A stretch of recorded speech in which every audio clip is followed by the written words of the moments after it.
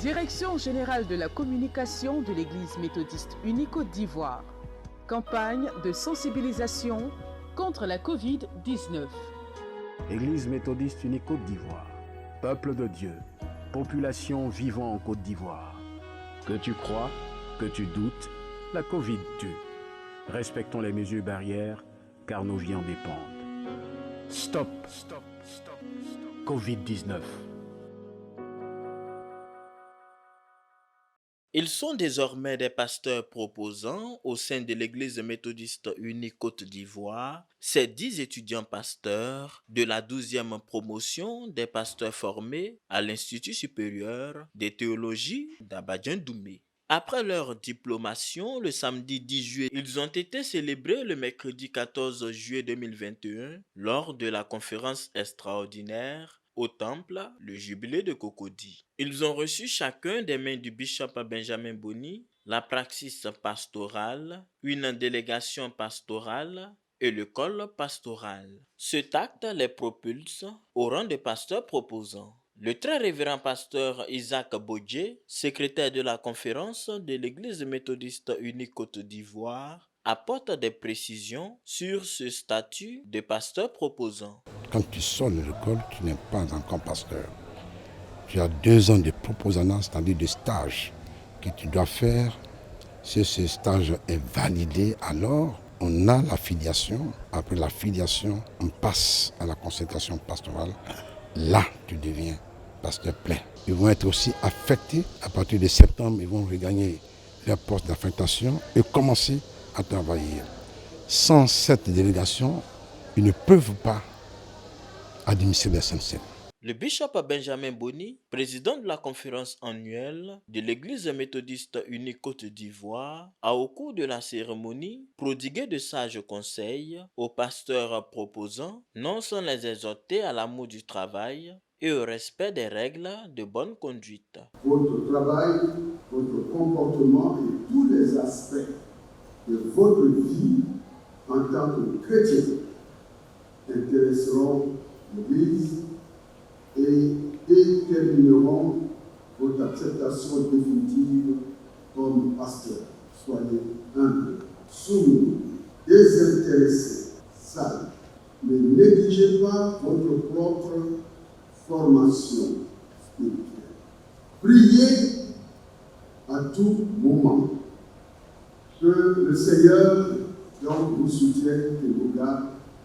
Ces pasteurs proposants ont été présentés aux délégués, pasteurs et responsables laïcs à cette conférence extraordinaire. Ils étaient heureux de recevoir cette distinction devant leurs parents, amis et connaissances. C'est une grande joie pour nous d'être dans la maison du Seigneur, de le servir. Nous disons merci au bishop qui a permis notre formation et qui nous donne d'aller sur le terrain et de faire de toutes les nations des disciples. Nous comptons sur l'aide de Dieu pour nous permettre de pouvoir relever le défi. Être appelé à servir l'Éternel Dieu est une grâce. Nous avons tout abandonné pour nous aligner derrière nos aînés, pour travailler dans le vaste champ. Et pour ce faire, nous avons besoin du soutien de l'Éternel, notre Dieu. Dans leurs lieux respectifs d'affectation, ces 10 pasteurs proposants seront sous la supervision de leur surintendant.